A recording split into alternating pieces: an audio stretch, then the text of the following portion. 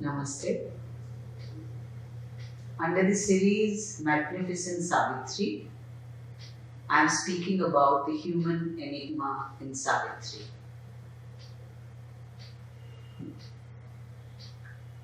To speak about anything to do with Savitri is a sadhana. Many of us have the practice of reading Savitri. So do I. To me, the experience is like dealing with fire of purification.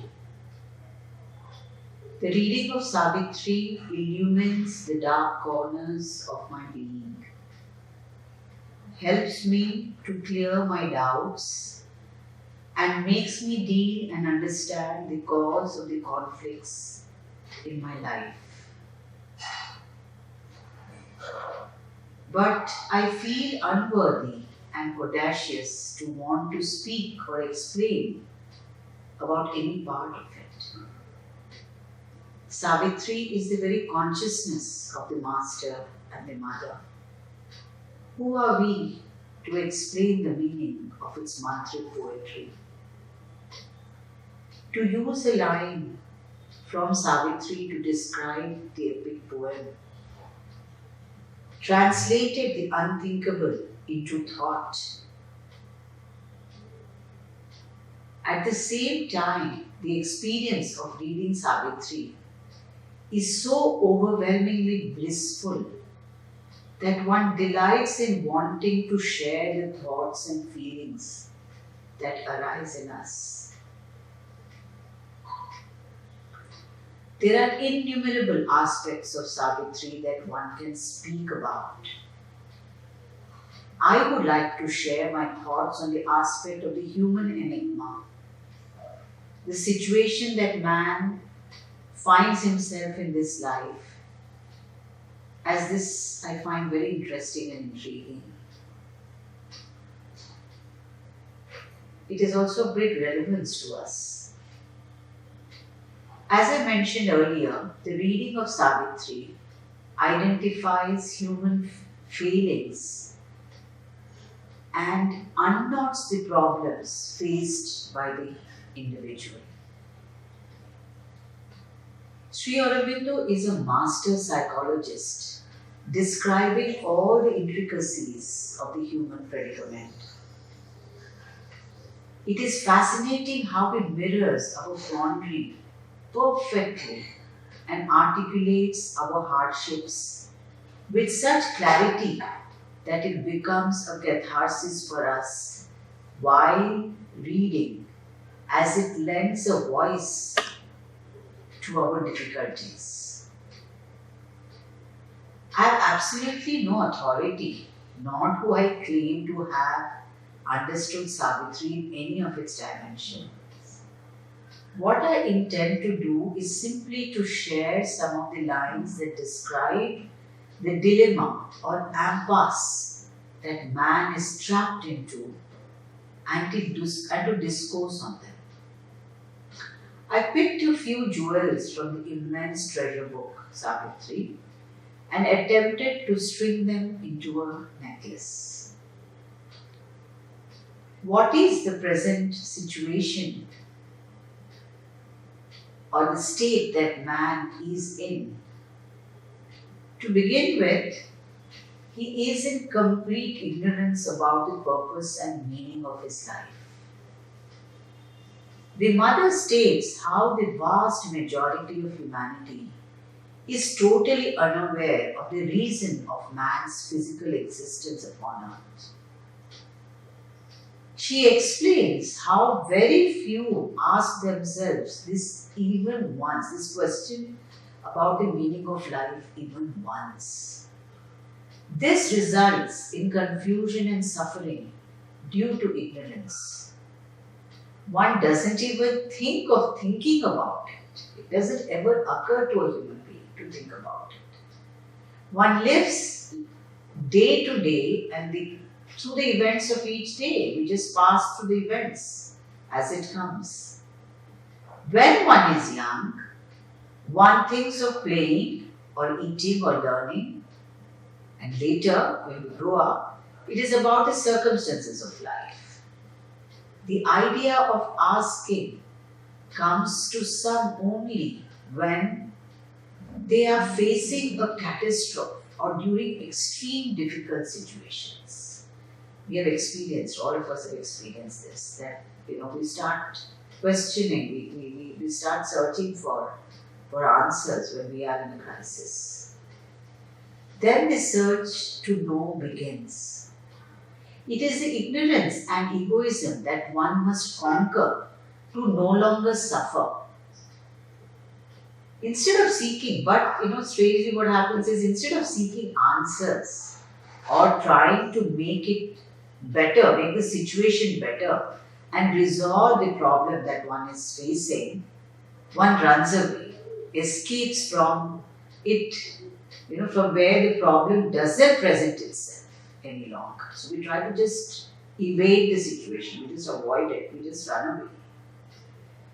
As is described in Savitri about man's state of ignorance. He is ignorant of the meaning of his life. He is ignorant of his high and splendid fate.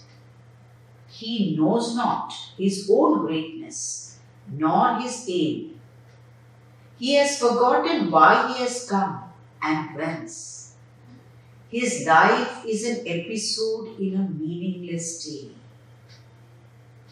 So only when man goes through a crisis, he questions, why is it all and therefore are we here? What need had the soul of ignorance and tears? Whence rose the call for sorrow and for pain? Or all came helplessly without a cause? The mother speaks of 4 categories of human beings. The first are those who live for themselves and act accordingly. The vast majority, like all of us, we live in this frame of mind. This is what Sri Aurobindo defines as the little life, which is the dominant perspective of the vast majority of humans, whom he calls as economic barbarians. Their dominant characteristic is to possess and control everything within his reach. Only the economic value matters. In Savitri, man is likened to an animal limited by its feeding space. It knew not the immortal in its house. It had no greater, deeper cause to live. A little joy and knowledge satisfy this little being, tied into a knot. Such a life, although enjoyable for a while, will inevitably lead to failure, frustration, and pain. There is a long description in Book 2, Canto 10 of the 3 kinds of the Gunas of the mind: the Tamasic, Rajasic, and Sattvic. Sri Aurobindo clarifies in detail how they color man's mind and how life is bound by their influence. So, as it describes, either she is tamasic, where she is a slave of a fixed mass of absolute truths, or rajasic, when she turns into a huge chameleon, golden, blue and red, to snap up insect joys, its favorite food, which takes fortuitous gains as safe results. Or it is sattvic, when reason, the strongest, wisest of the troll-like 3. But mostly, she is still ignorant of all but her own seeking mind.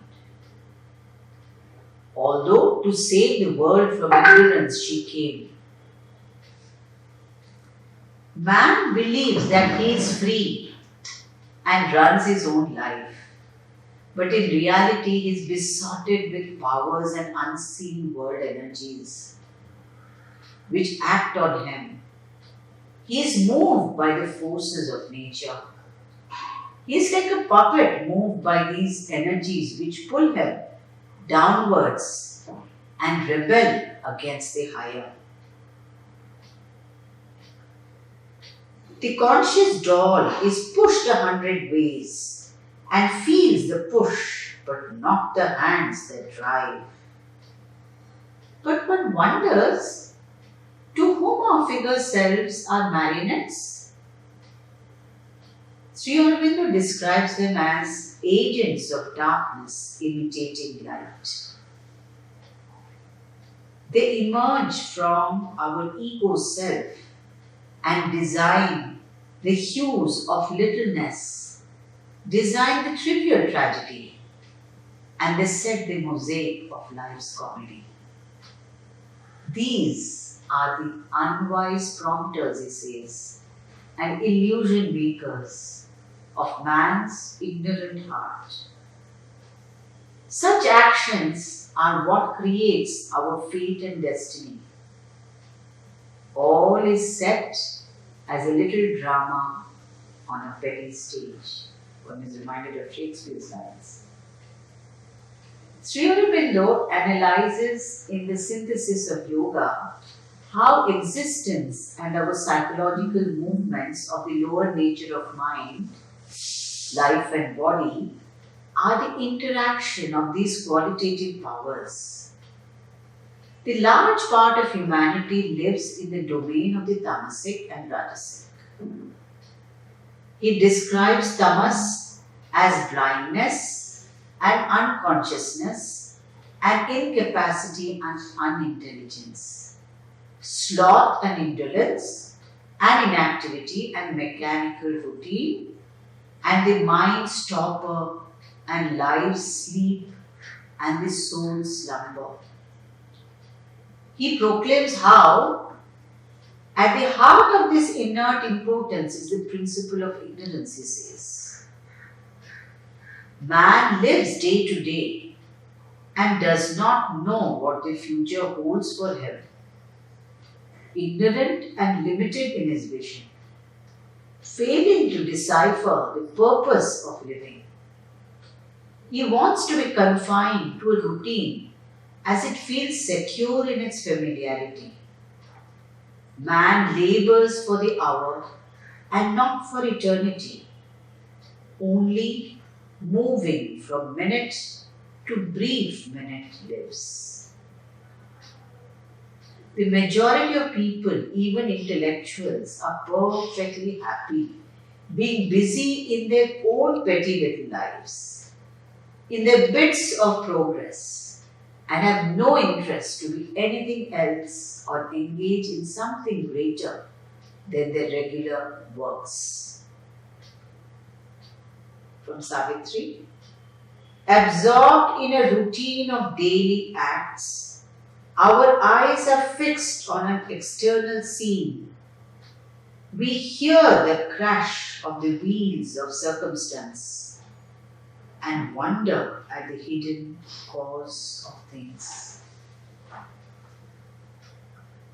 Following this first category of life, the mother speaks of the second category of human beings who shape their life around the love of another human being.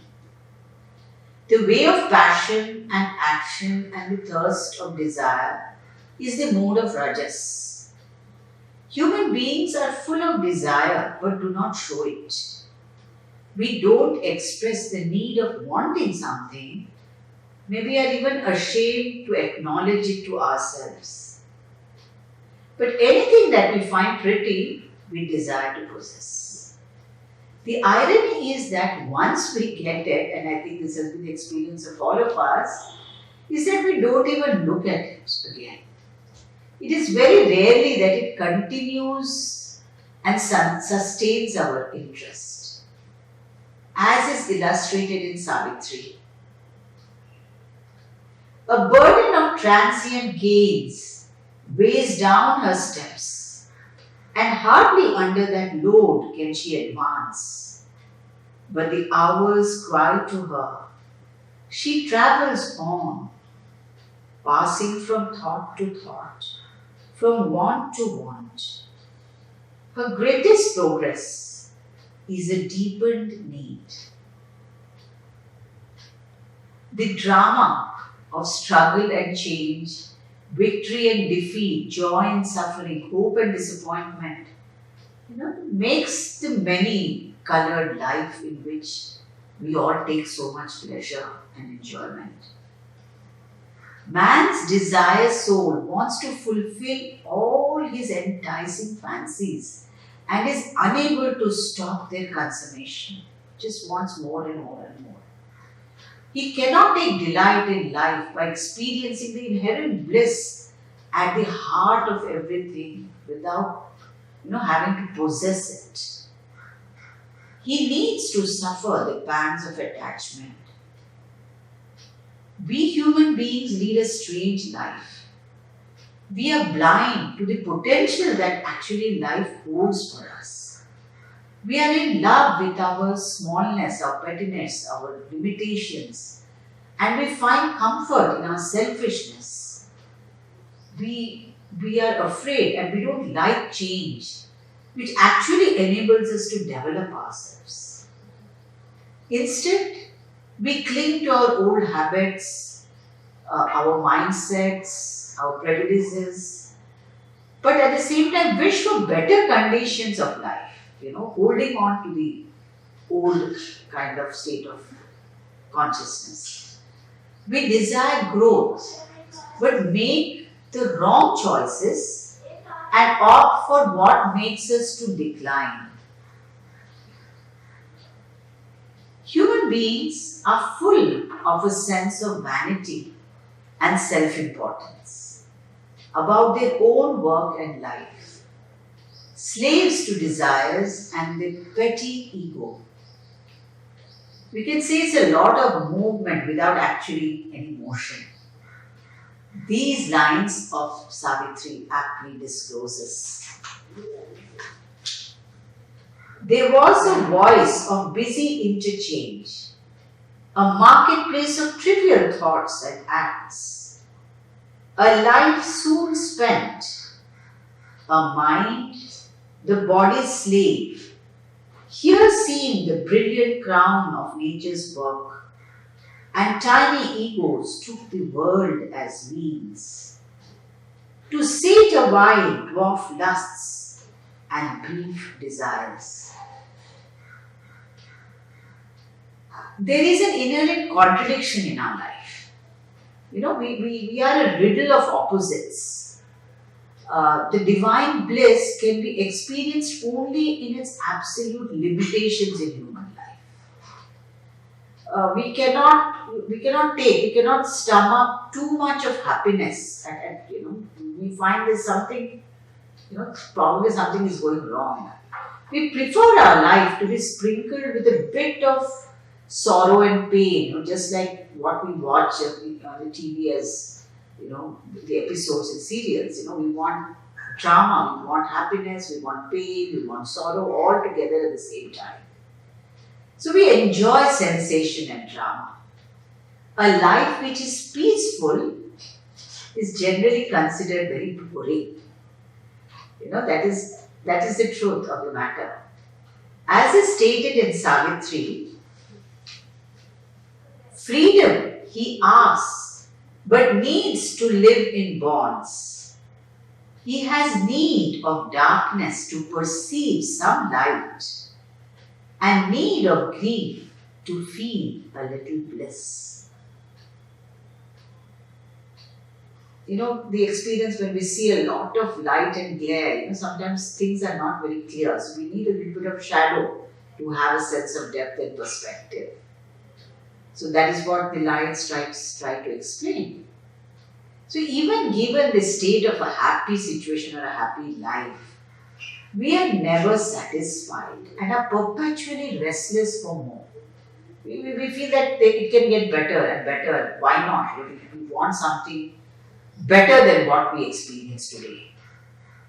We constantly feel that there is something wrong, something missing. Our craving is never satiated.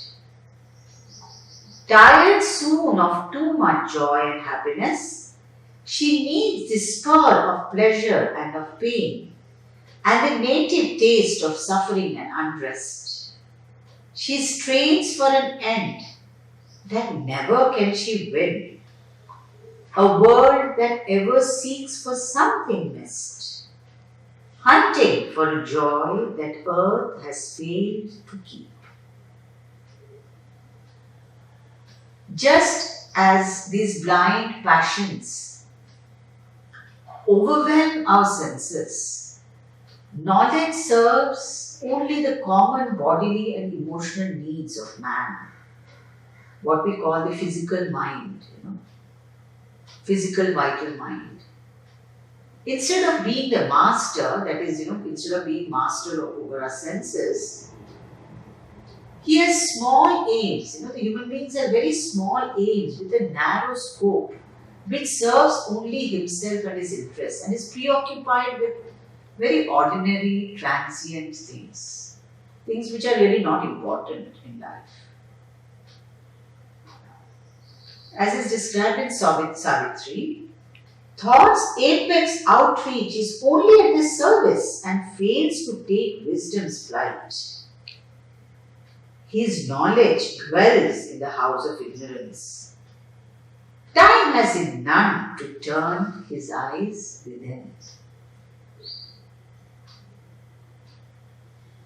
That is what we say. We don't have time for more important, deeper spiritual things in life. We have all the time for things which are temporary and not important. So, although Rajas brings with it activity and energy and the power to overcome, it moves in the half-lights of the ignorance. It moves in false knowledge of attachment and pain, disappointed desire, or grief of loss and failure. His being was formed to play a trivial part in a little drama on a petty stage, is written in Savitri. In the play of life, man is caught in the master knots of ego and desire and of dualities and the play of all the Gunas. The ego does help in the formation of one's personality, but as long as the sense of the I, the separate being, seeks to dominate, seeks to outshine, always seeks to come to the front, to aggrandize, the division in consciousness leads to a limitation of consciousness in the body and the mind. This results in man committing wrong acts. Our conscious life obeys the inconscious laws. To ignorant purposes and blind desires, our hearts are moved by an ambiguous force. Sri Aurobindo accurately analyzes how human beings have, made evil a relief from spurious good, he says. Man is attracted, is drawn to evil instead of the good. But we must remember that good never results from evil acts. So let's not justify that. Justify the wrongdoings or evil acts that sometimes we indulge in. Because love and delight end, and that's when love and delight can end in hate and pain. He described joy nurtured tears and good an evil proved. But never out of evil one plucked good. Love ended early in hate, delight killed with pain. Truth into falsity grew, and death ruled life. Falsehood comes under the garb of truth, with the very voice of God, he says. Truth is exiled as we hug our limits to feel safe, as we call it, as like a comfort zone, that's what we refer to it as. And we are totally in love with that kind of a condition of life, the comfort zones that we are all very, very happy to indulge in, to kind of sit back into. And also we are comfortable with the chaos around us. We equate worst ill with highest good, and evil and misery. We accept it as our natural state. We are okay to suffer. That is okay with us. Suffer the consequences of what our relationships, what our human attachments of heart and flesh, bring to us. But we will not exercise choice for that which actually, empowers us with a sense of freedom. The spiritual seeking, we don't make choice for spiritual seeking. These verses in Savitri elaborates how. Error is a comrade of a mortal thought, and falsehood lurks in the deep bosom of truth. Since poison with its vivid flowers of joy, or leaves a red scar burnt across the soul, virtue is a grey bondage and a cowl. In fact, only by suffering, life grew colourful. That is the beautiful line that describes our state of affairs. As it needed the spice of pain, the salt of tears. That is, we need the life that we need the spice of pain and the salt of tears. So Aurobindo aptly cites the analogy of how just as light hurts the heart of darkness, when in the early morning, somebody comes and switches the light on and we're asleep. We don't like it. We just kind of, close our eyes, shut our eyes, So we run away. Similarly, we run away from that which is good and beautiful, from true happiness, like a clawing sweet. The suffering of man is a result of selfishness and egoism. It comes from a feeling that one's rights have been violated and that one has been deprived of one's needs. The other reason is due to the pain of, separation, caused by attachment. And how does Savitri describe this state? Truth was exiled lest she should dare to speak and hurt the heart of darkness with her light, or bring her pride of knowledge to blasphemy, the settled anarchy of established things. We want things to be as they are, the status quo. We want to maintain the status quo. Man thinks of himself all the time, referring everything to himself, governed simply by his own little person, placing himself in the center and trying to organize the entire universe, including God, around himself as the most important thing. We are bound by ego, which makes us befriend falsehood and mistake it to be truth. It is happening all the time. Half-truths, and we kind of believe it to be the ultimate truths. And then we legitimize our actions, which are connected to the ego and to the falsehood. We label it as practical and real. Typically, we indulge in exactly the same things as we would criticize and persecute in others. I'm sure, again, this is a very common experience with all of us. It forces back to the beast the human falls, is written in Savitri. The divine element within us, the God spark, the soul is forfeited, and only a mind and body live to die. But inherent at the very heart of man's restlessness is life's cry to outgrow itself. It's reaching out for fulfillment. There is in man a sense of striving towards perfection.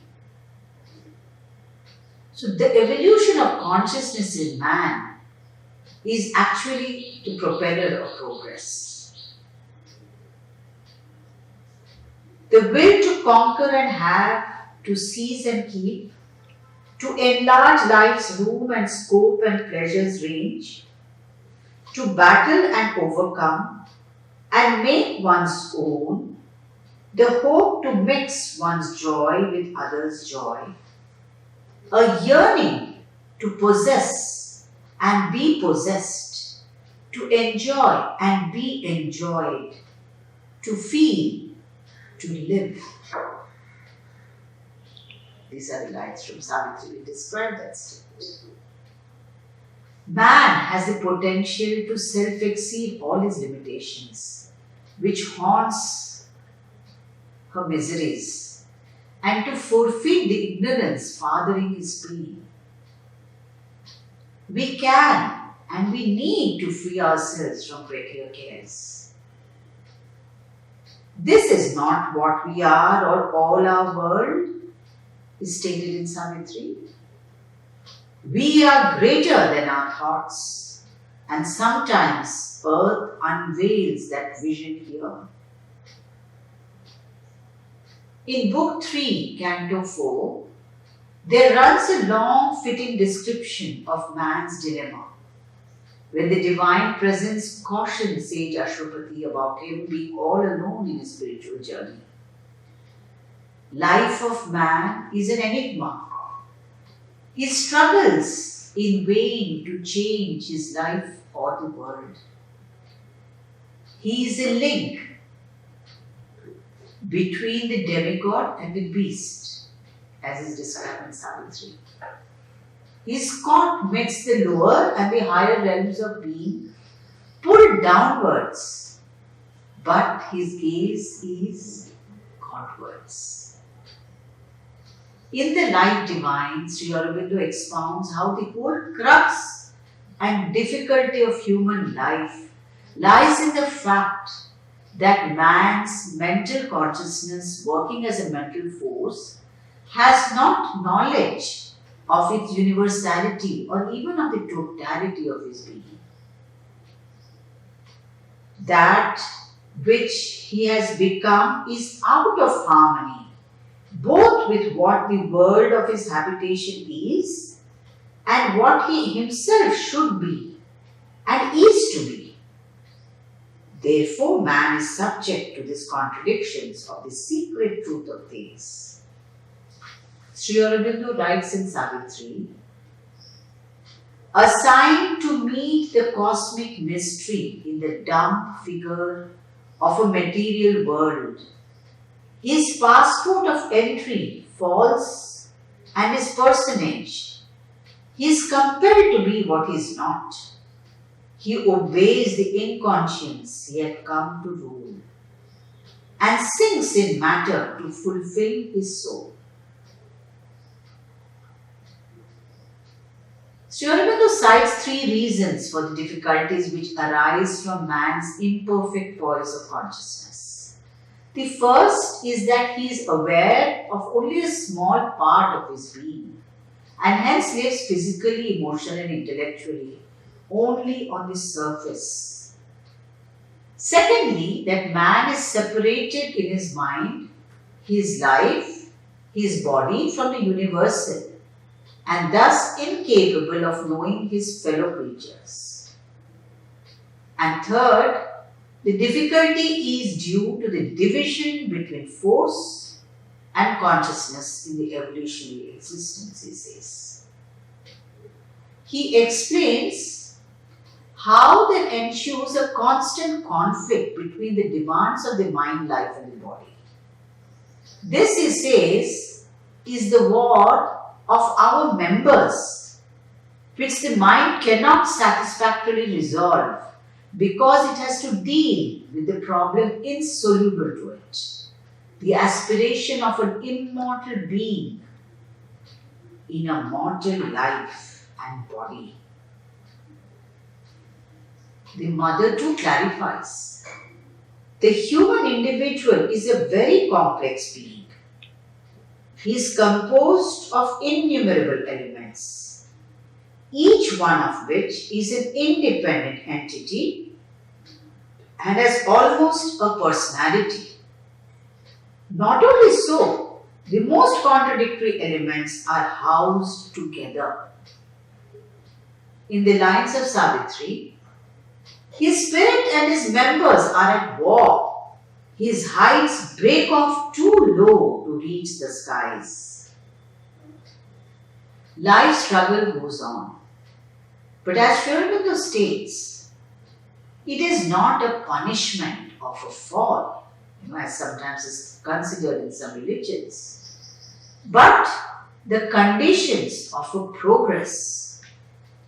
They are the first elements of the work he has to fulfill, the price that he has to pay for the crown he hopes to win. There is no end or none can yet be seen.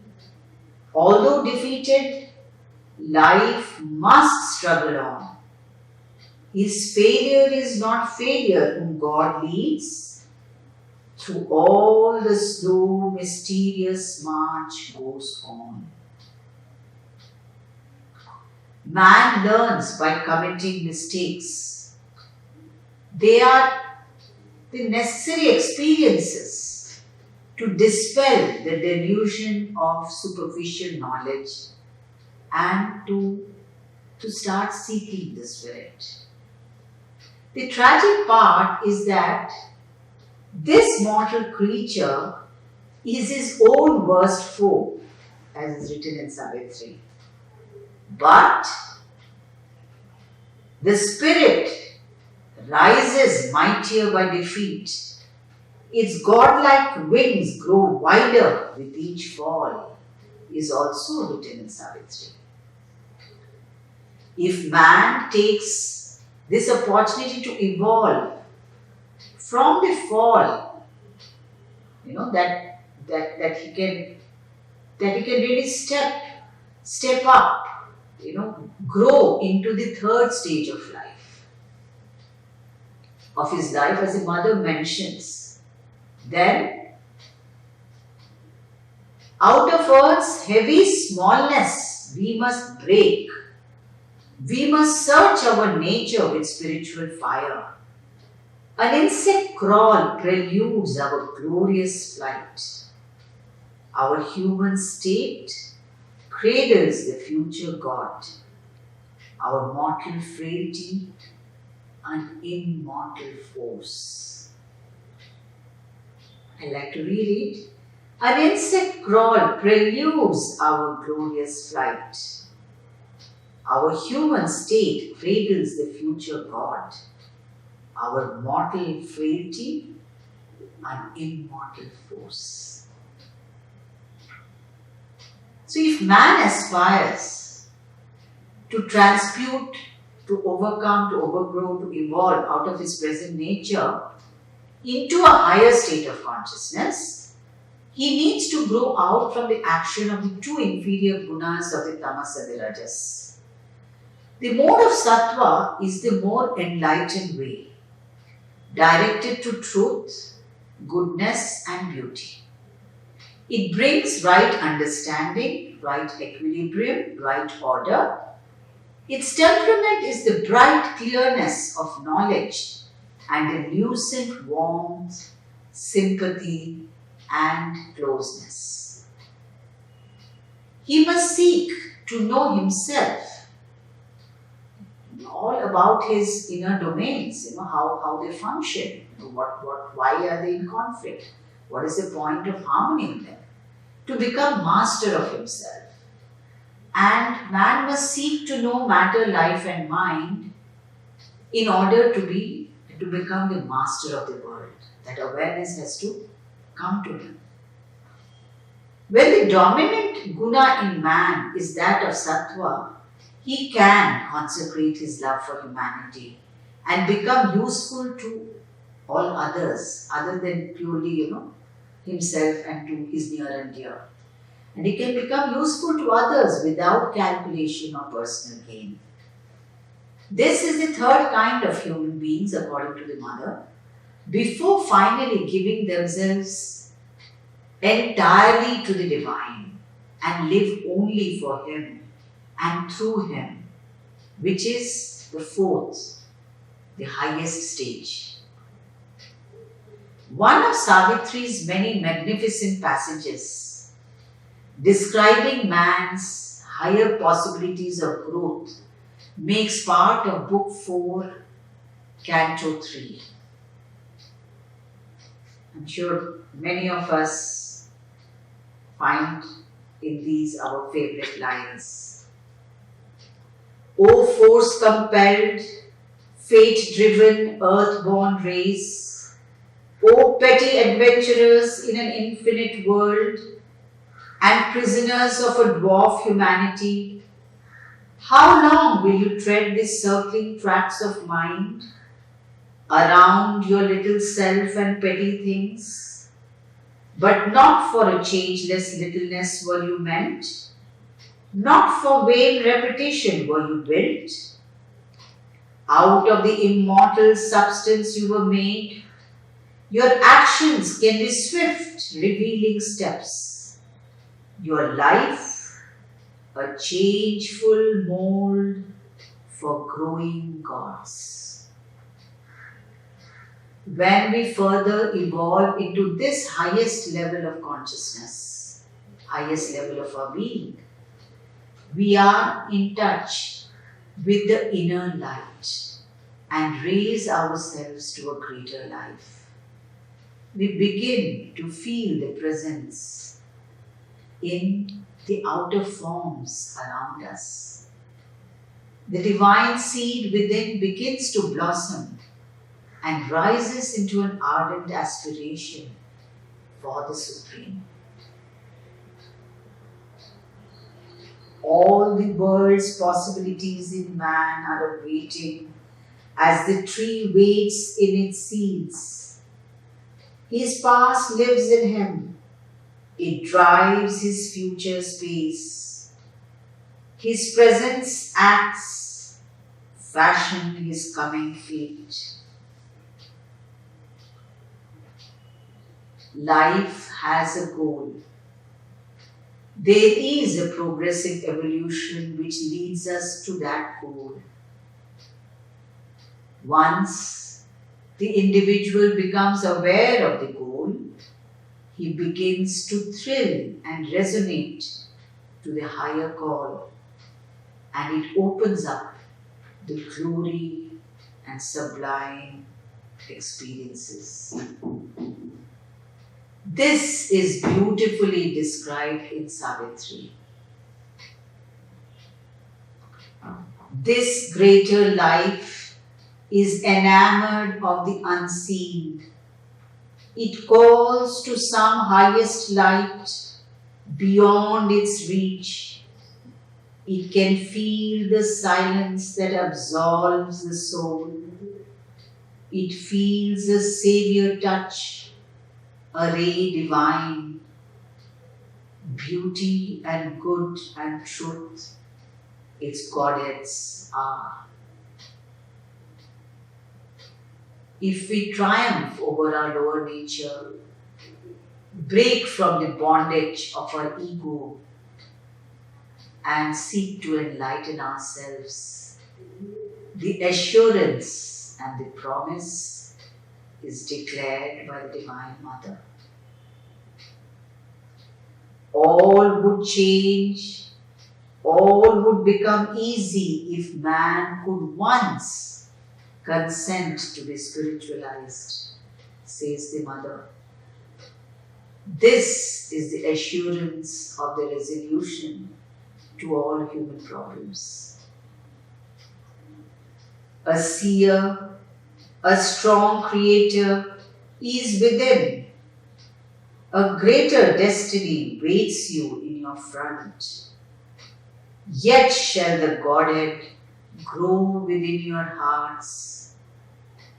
The human predicament thus will be resolved.